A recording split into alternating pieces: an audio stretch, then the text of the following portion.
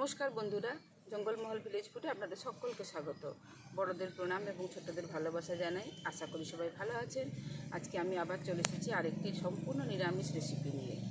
তো দেখুন, সবাই তো সবসময় সবাই আর পেঁয়াজ রসুন অতটা বেশি পছন্দ করে না। তো আমি আজকে নিরামিষ রেসিপি একটি আপনাদের সঙ্গে শেয়ার করব। এখানে দেখুন নিয়ে নিয়েছি একদম টাটকা কচি একটা এঁচড় আর আলু। এই এঁচড়ের এই নিরামিষ ডালনা রেসিপিটি আমি আপনাদের সঙ্গে শেয়ার করব। তো আপনারা প্লিজ প্রথম থেকে শেষ পর্যন্ত ভিডিওটা দেখুন। তো প্রথমেই চলুন আমি এঁচড়টাকে কেটে নিই। এঁচড়টা কাটার আগে আমি নুনটা ঝরিয়ে কড়াতে জল বসিয়ে সেদ্ধ করে নেবো। তাহলে এঁচড়টা কাটতে কাটতে জলটা কিন্তু ফুটে যাবে। তাহলে এরপর আমি এঁচড়টা কেটে নিচ্ছি। দেখুন এঁচড়টা কতটা কচি, এঁচড়টা দেখুন এখনও বীচের ঘরেই বসেনি এঁচড়টার, এতটাই কচি এঁচড়টা। আর আমাদের পুরোটা লাগবে না বলে আমি অর্ধেকটা কেটে নিয়ে আগে থেকেই চলে এসেছি। এরপরে এই অর্ধেকটা এঁচড় আমি কেটে নেব।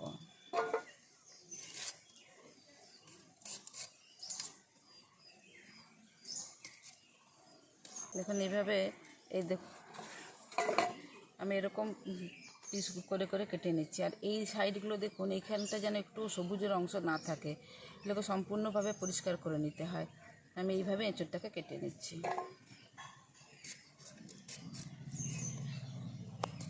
দেখুন জলটা ফুটে গেছে আর এদিকে আমাদের এঁচড়টাও কাটা হয়ে গেছে। এরপর আমি এঁচড়টাকে সেদ্ধ বসিয়ে দিচ্ছি।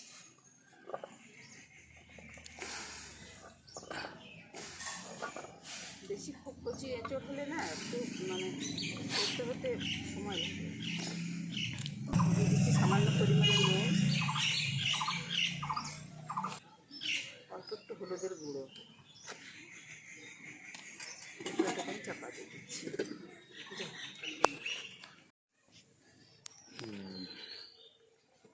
দেখুন খানিকক্ষণ পর ঢাকাটা খুলে দেখে নিচ্ছি।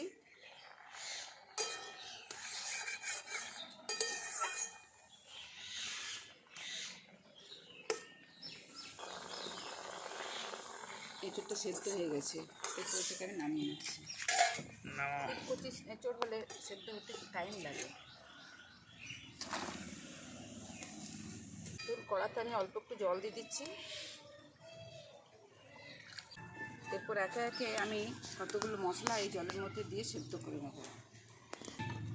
দেখুন এখানে নিয়ে নিচ্ছি গোটা জিরে। তো প্রথমে আমি দিয়ে দিচ্ছি জলের মধ্যে গোটা জিরে,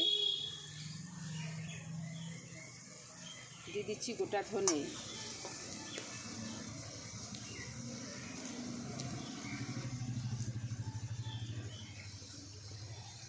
এখানে নিয়ে নিচ্ছি গোটা মৌরি,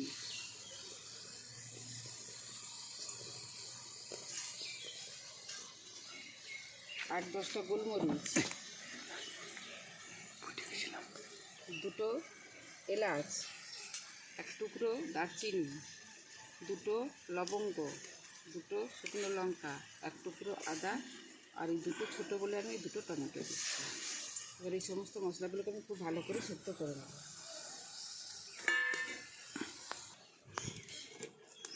দেখুন কিছুক্ষণ পর ঢাকাটা খুলে নিচ্ছি। আর দেখুন যা জল দিয়েছিলাম জলটা পুরো শুকনো হয়ে গেছে। এরপর এটাকে আমি নামিয়ে নেবো। তো দারুণ গন্ধ বেরিয়েছে। দেখুন এটাকে আমি নামিয়ে নিচ্ছি।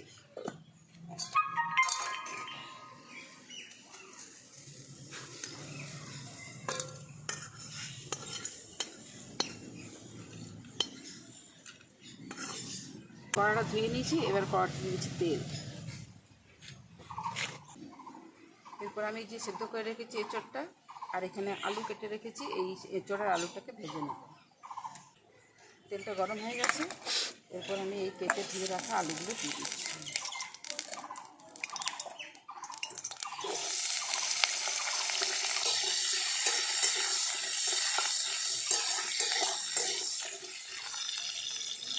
আলুটা কিছুটা ভাজা ভাজা করে দিচ্ছি। এরপরে যে এঁচড়টা সেদ্ধ করে রেখেছিলাম এই এঁচড়টা দিয়ে এঁচড়টা আলুটার সঙ্গে দিয়ে দিচ্ছি।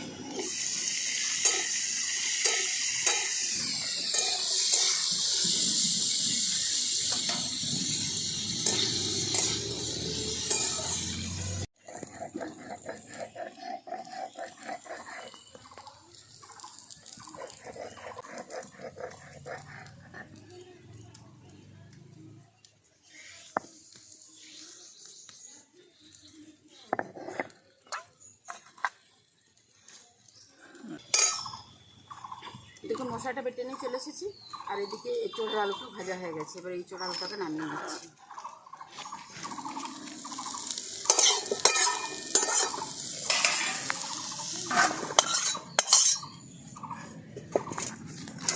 আমাদের তরকারিটা কত কম কম দেখায়, দুজনের তরকারি কত দেখাবে, বিরাট কম কম দেখায় তরকারিটা। কড়াতে দিয়ে দিচ্ছি তেল, খুব বেশি তেল দেবো না, সবজিটা তো আমাদের কম। কড়াতে দিয়ে দিচ্ছি তেল, ফোড়নে দিয়ে দিচ্ছি গোটা জিরে, আর যেহেতু নিরামিষ তরকারি একটু হিং দিলে ভালো লাগে, দিয়ে দিচ্ছি অল্প একটুখানি হিং।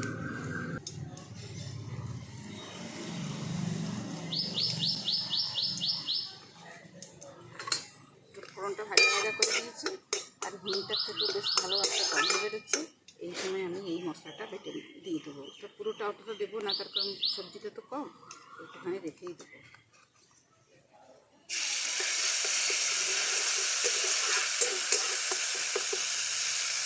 সুন্দর গন্ধ থাকছে মশলাটা দেওয়ার পরে, দারুণ গন্ধ থাকছে।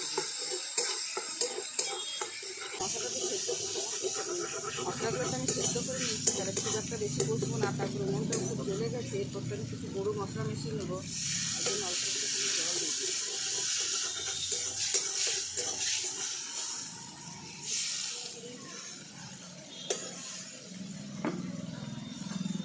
পরিমাণ মতো নুন, বিশেষ কিছু মশলা লাগবে না, দিয়ে দিচ্ছি পরিমাণ মতো নুন। খুব একটা ঝোল হবে না এই রেসিপিটা, খুব একটা ঝোল হবে না, একটু মাখা মাখা হবে, তার জন্য দিয়ে দিলাম পরিমাণ মতো নুন, আর দিয়ে দিচ্ছি হলুদ। ভালো করে কষে নিতে হবে।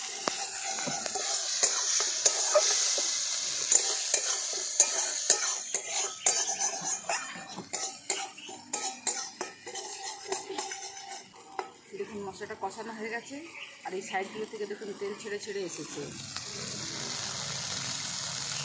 এরপর আমি ভেজে রাখা আলু আর এঁচোড়টা দিই। এই আলু আর এঁচোড়টা দেওয়ার পরে আমি আর সেখানে মশলার সঙ্গে ভালো করে কষিয়ে নেব।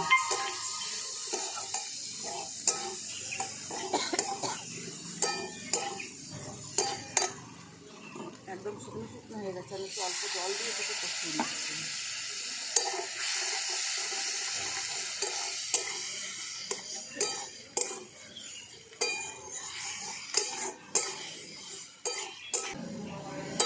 দেখুন মশলা কষাটা খুব সুন্দর দেখতে লাগছে,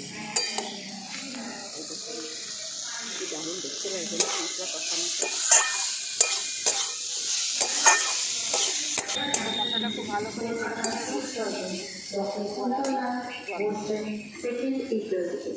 চেম্বার 3.3 এবং diagnostic centre centre news China সময় প্রতি মঙ্গল এবং শনিবার বিকেল 4টা থেকে সন্ধ্যা 7টা পর্যন্ত। এখানে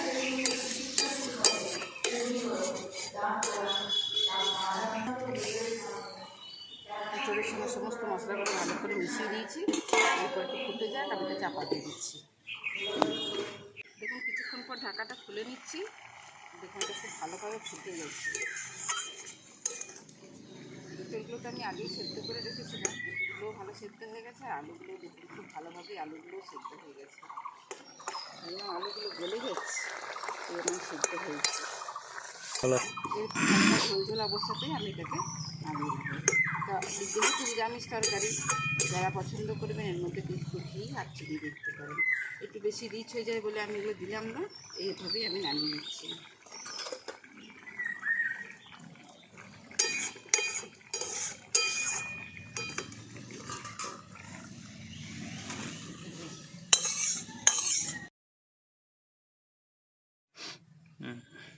তৈরি হয়ে গেল আমাদের নিরামিষ এঁচোড়ের ডালনা রেসিপিটি। দেখুন রেসিপিটা কীরকম দেখতে লাগছে, একটা যে মানে দারুণ সুন্দর গন্ধ বেরিয়েছে না, খুব সুন্দর। আজকের রেসিপিটি আপনাদের কীরকম লাগলো অবশ্যই আমাকে কমেন্ট করে জানাবেন, আর এইভাবে বাড়িতে বানিয়ে খেয়ে দেখবেন নিরামিষ দিনে উপযুক্ত একটা রেসিপি। বা যারা পেঁয়াজ রসুন পছন্দ করেন না, নিরামিষ জাতীয় খাবার যারা পছন্দ করেন তাদের তো এটা ভীষণ ভালো লাগবে।